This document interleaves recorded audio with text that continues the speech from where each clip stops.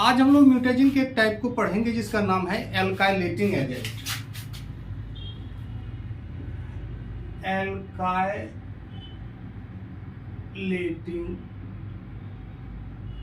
Agent.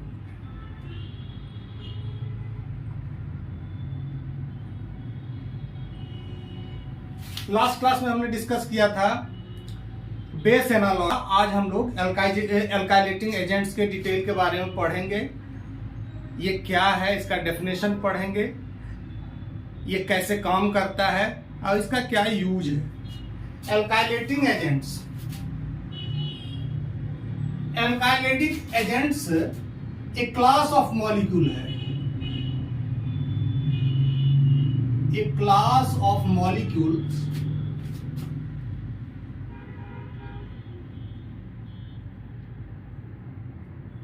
which adds alkyl group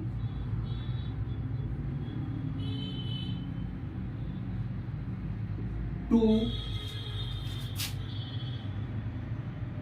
nucleotide in DNA।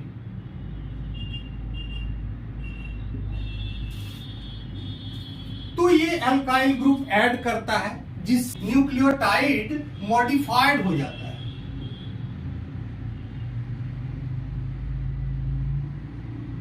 Modified हो जाता है। इस मॉडिफिकेशन के कारण इसका बेस पेयरिंग पैटर्न चेंज कर जाता है।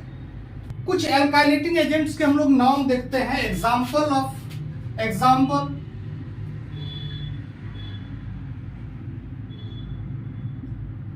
Ethyl methyl sulphonate, ethyl methane sulphonate, methane sulphonate, methane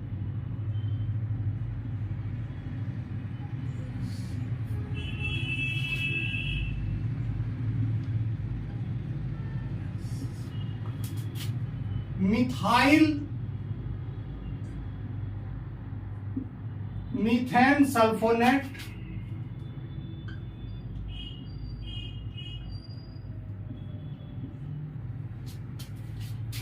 नाइट्रोसोगुआनिन,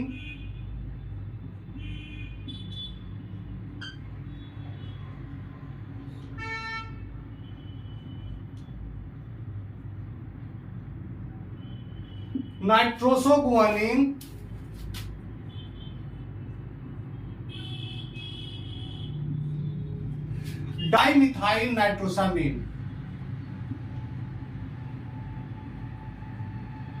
methyl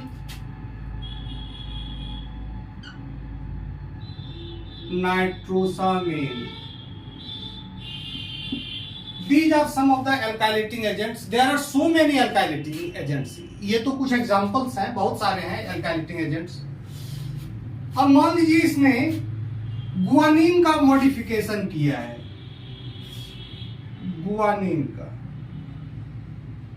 guanine को हमने इथाइल मिथाइल सल्फोनेट से मॉडिफाई किया। इस कंप्लीट ये इथाइल मिथाइल सल्फोनेट गुआनिन के साथ पूरा का पूरा मॉलिक्यूल, पूरा का पूरा गुआनिन और पूरा का पूरा इथाइल मिथाइल सल्फोनेट जुड़ जाता है। This is called adduct.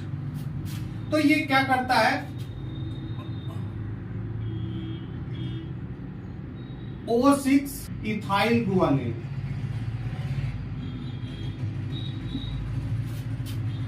अब क्या ये जो गुआनिन पहले साइटोसिन के साथ पेयर करता था, अब ये इथाइल गुआनिन पेयर करने लगा। किसके साथ ये पेयर करने लगा? ये पेयर करने लगा थाइमीन के साथ। तो इस तरह से इस गुआनिन ने ये 6 इथाइल गुआनिन ने एडेनिन को रिप्लेस किया। One purine has replaced another purine. तो इस तरह के म्यूटेशन को हम लोग क्या कहते हैं? Substitution transition mutation. इसको क्या कहते हैं? Substitution transition mutation. सिमिलरली यदि थायमीन को मीथेन सल्फोनेट ने मॉडिफाई किया तो वो बन जाता है O4 इथाइल थायमीन।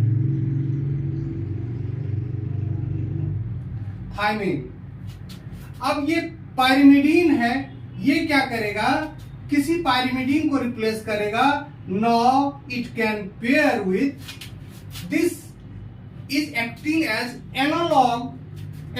थायमीन का ये एनालॉग की तरह काम करता है। अब ये पेयर करेगा, किसके साथ पेयर करेगा? ये एडेनिन के साथ पेयर करेगा। ये करेगा तो ये एल्काइलेटेड फॉर्म जो है इसका, ये क्या करता है? ये भी सब्स्टिट्यूशन ट्रांजिशन म्यूटेशन काउज करता है। एल्काइलेटिंग एजेंट क्या करता है? ये इंट्रा स्ट्रैंड, एक ही स्ट्रैंड पर जो दो गुआनिन है उसको जोड़ देता है, इंट्रा स्ट्रैंड लिंकेज। साथ ही साथ यदि मान लीजिए कि इस तरह का डीएनए मॉलिक्यूल है, यहां सुगर, यहां गुआनिन, यहां साइटोसिन, यहां फिर गुआनिन,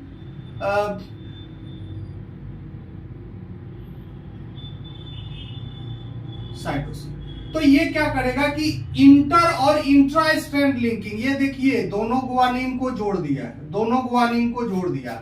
तो क्रॉस लिंकिंग करता है। ये इंट्रा स्ट्रैंड लिंकिंग है और दूसरा है क्रॉस लिंकिंग या इंटर स्ट्रैंड लिंकिंग। ऐसा करने से क्या होता है कि ब्रेकेज हो जाता है, डीएनए ब्रेक कर जाता है, डीप्यूरिनेशन होता है, यानी कि ये इसका रिप्लिकेशन तो हो नहीं पाएगा, तो यहां से गुआनिन हट जाएगा। एक्चुअली एल्काइलेशन एस फेज में भी हो सकता है, रिप्लिकेटिंग जो एक्टिव रिप्लिकेशन हो रहा है डीएनए का उसमें भी हो सकता है, और रेस्टिंग फेज यानी कि G1 में भी हो सकता है। तो उस फेज में तो जैसे भी once alkylating agent has been adapted to the guanine, it is expressed only at the time of replication। जैसे ही रिप्लिकेशन होगा वो उसी समय इसका रिजल्ट नजर आएगा कि ये क्या करता है। तो क्या करा सकता है ये? मोस्टली ये क्या करता है? डीप्यूरिनेशन और ब्रेकेज करता है, डीप्यूरिनेशन और ब्रेकेज।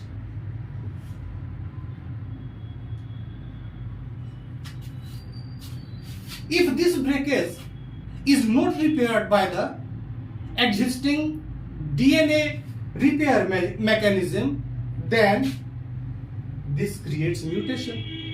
खास करके बड़े म्यूटेशन को जन्म देता है, एबिरेशंस कराता है, क्रोमोजोम में डिलीशन, तोड़फोड़ होगा, एडिशन, डिलीशन, ये सब ये क्रोमोजोम में कराता है। लार्ज म्यूटेशन करा सकता है एल्काइलेटिंग एजेंट। अब देखते हैं कि एल्काइलेटिंग एजेंट कैसे काम करता है। तो now come to the mechanism of action. Mechanism of action में हम देखते हैं कि एल्काइलेटिंग एजेंट क्या करता है? सबसे it forms highly reactive carbonium ion. यहां देख रहे हैं एक नाइट्रोजन मस्टर्ड है, ये भी एक एल्काइलेटिंग एजेंट है। इसमें क्या होता है कि क्लोरीन लॉस करने के बाद, क्लोरीन के हटने के बाद it becomes a highly reactive ion. उसके बाद क्या होता है कि it transfers alkyl group to nucleophilic site on DNA bases. यहां guanine is most vulnerable to alkylating agent. Thymine पर भी एल्काइलेशन होता है, लेकिन mostly guanine is alkylated by the alkylating agent. तो यहां देखते हैं कि गुआनिन मॉलिक्यूल है और यहाँ ये इलेक्ट्रोरिच, ये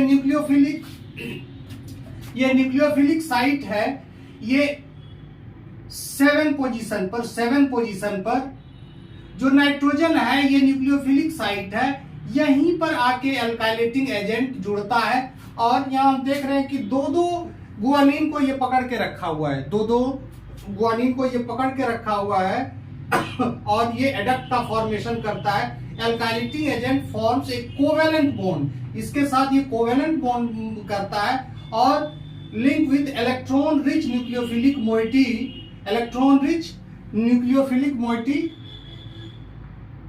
जो है ये 7 नंबर पर जो नाइट्रोजन है उससे ये अटैच करता है। अब यहां न्यूक्लियोफिलिक साइट पर ये बाइंड कर गया है। अब रिजल्ट इसका क्या होता है? रिजल्ट क्या होता है? इंटर और इंट्रा स्ट्रैंड क्रॉस लिंकिंग, दो स्ट्रैंड पर जो गुआनिन है उसके बीच या खुद एक ही स्ट्रैंड पर जो गुआनिन है उसके बीच में लिंकिंग करता है। यहां देखिए गुआनिन के बीच में है, एक ही स्ट्रैंड पर है, जबकि यहां दोनों अलग अलग स्ट्रैंड पर गुआनिन है, उसके बीच में सॉरी लिंकिंग कर रहा है। दूसरा जो रिजल्ट है इसका ये है abnormal base pairing. Abnormal base pairing यानी कि ट्रांजिशन, सब्स्टिट्यूशन, ट्रांजिशन, म्यूटेशन। यहां ये जो मॉडिफाइड गुआनिन है वो थाइमिन के साथ पेयर कर रहा है इंस्टीड ऑफ साइटोसिन। यहां जो मॉडिफाइड थाइमिन है वो पेयर कर रहा है गुआनिन के साथ इंस्टीड ऑफ एडेनिन। इसके बाद ये करता है कि जब इस तरह का फॉर्मेशन होता है तो डीप्यूरिनेशन होता है, वैसे डीएनए का रिप्लिकेशन नहीं होता है, इसीलिए वैसे प्यूरिने को रिमूव कर दिया जाता है स्ट्रैंड से, तो वो साइट जो है वो खाली रहता है, उसको डीप्यूरिनेटेड साइट कहते हैं। तो इस तरह का जब साइट रहता है और वो रिपेयर नहीं किया जाता है रिपेयर मैकेनिज्म के द्वारा, तो डीएनए ब्रेकेज होता है, डीएनए ब्रेक कर जाता है। और जब डीएनए ब्रेक करेगा तो क्रोमोसोमल एब्रेशंस जैसा डिलीशन, इसमें डिलीशन भी हो सकता है, तो it will create large mutation. Ultimately ये क्या कराता है, जब रिप्लिकेशन डीएनए का नहीं हो पाएगा तो क्या होगा? सेल डेथ होगा, सेल डेथ। यानी कि एल्काइलेटिंग एजेंट के पास इसका जो प्रॉपर्टी है वो क्या करता है? डीएनए रिप्लिकेशन को रोकता है। यानी कि कैंसर के ट्रीटमेंट में भी इसका इस्तेमाल होता है, तो साइड इफेक्ट्स तो इसका होता ही है, लेकिन ये नियोप्लाज्म को या सेल को तेजी से मल्टीप्लाई करने से रोकता है। इसीलिए कीमोथेरेपी का जो कॉम्बिनेशन है उसमें एल्काइलेटिंग एजेंट का एक बहुत ही इंपॉर्टेंट रोल है। और उस वजह से क्या होता है कि जब ये कैंसरस सेल पर, रैपिडली ग्रोइंग सेल पर अटैक करता है, उसके ग्रोथ को चेक करता है, तो नॉर्मल सेल को भी अफेक्ट करता है, तो इस कारण से इसमें क्या करता है?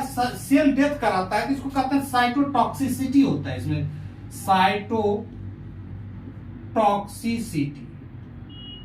यानी कि apart from malignant cell it can also harm normal cell, और इसमें साइटोटॉक्सिक प्रॉपर्टी पाया जाता है। कीमोथेरेपी में जब इसका इस्तेमाल करते हैं हम, कुछ अभी ड्रग्स के नाम भी लेंगे उसका, तो उसमें होता है कि जो जर्म प्लाज्म है, स्टेरिलिटी है, बोन मैरो है, ब्लड का फॉर्मेशन है, इन चीजों को ये रोकता है और इस वजह से हीमोपोइटिक सेल्स भी काम करना बंद कर देते हैं। ड्रग्स के नाम है यहाँ cisplatin, carboplatin, melphalan, cyclophosphamide. These are the drugs which are alkylating agents. और ये क्या करते हैं कि डीएनए रिप्लिकेशन को हॉल्ट करता है और इसको कीमोथेरेपी का जो कॉम्बिनेशन ऑफ ड्रग्स है उसमें इसका इस्तेमाल होता है। आई थिंक कि मैंने एल्काइलेटिंग एजेंट्स के मैकेनिज्म ऑफ एक्शन और क्या है एल्काइलेटिंग एजेंट, कैसे काम करता है, इसका क्या यूज है, इसको प्रॉपरली डिस्कस किया है। आप हमारे साथ बने रहिए और इस डिस्कशन का फायदा उठाइए। Okay, thank you.